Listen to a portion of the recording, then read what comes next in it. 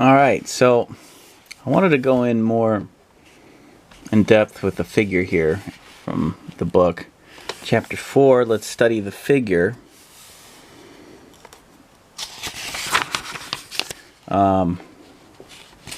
Here is always a great reference for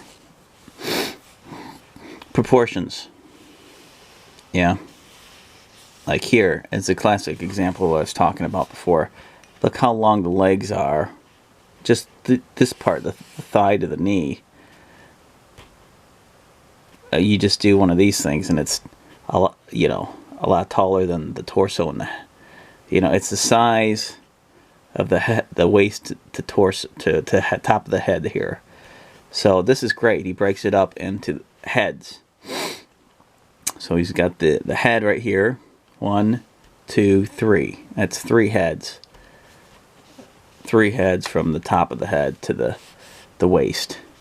And then another head for the pelvis area, pelvic bone. And then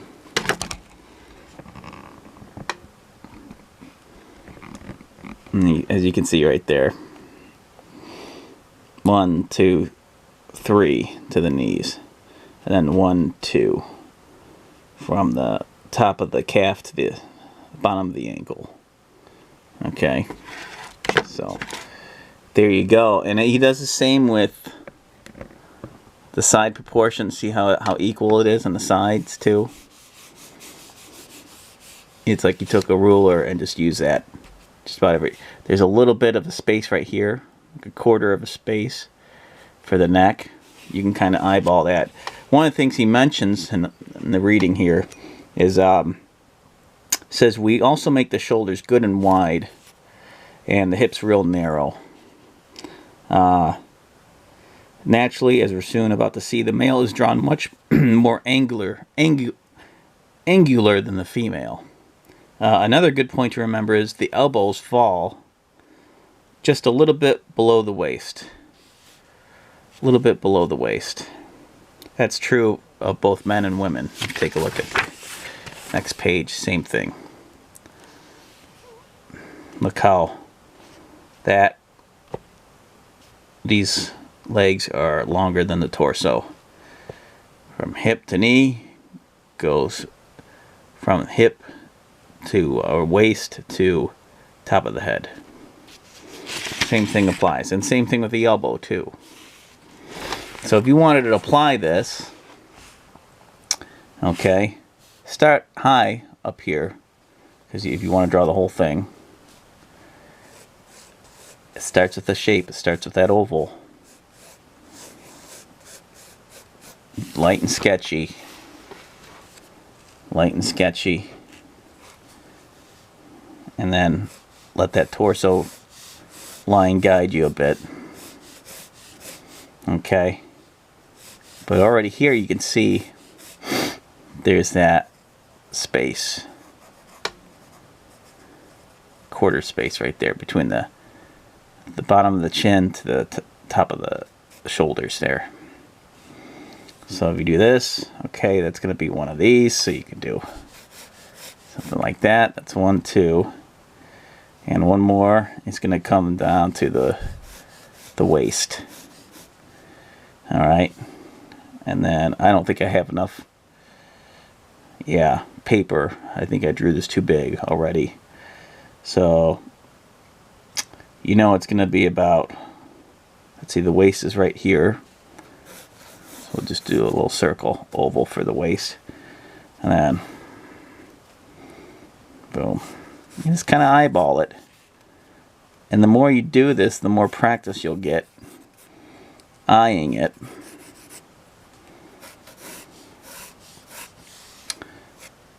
And then you'll just naturally get it down the more you do it.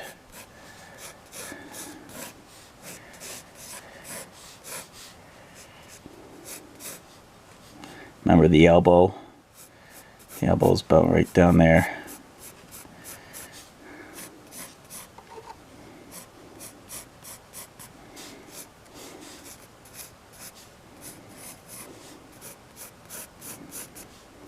It's a straight on shot.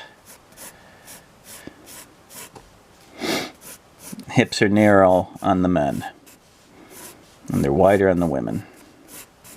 That's another video that should be drawn another time. But, 1, 2, 3. The knees are actually right down here.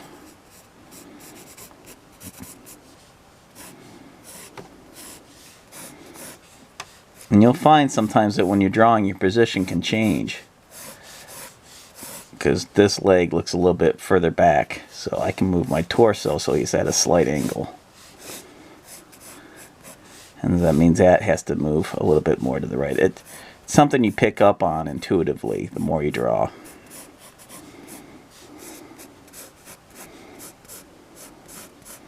Highly advise you to get this book if you're serious about drawing comics or a realistic type of person even.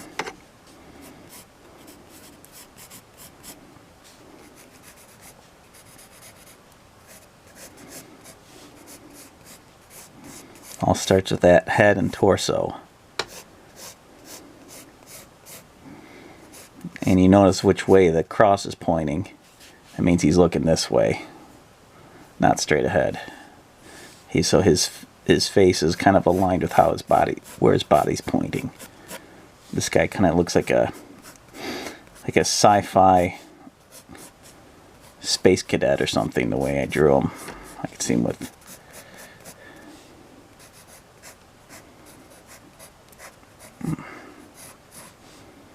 logo on his jacket. Little zip-up jackets. Maybe one of those hoods.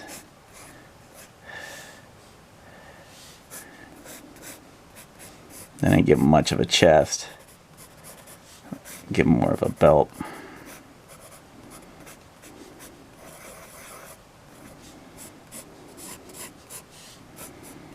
And again, hands and... That's a whole nother video. Okay. So there you go. Practice that. See you at the next video.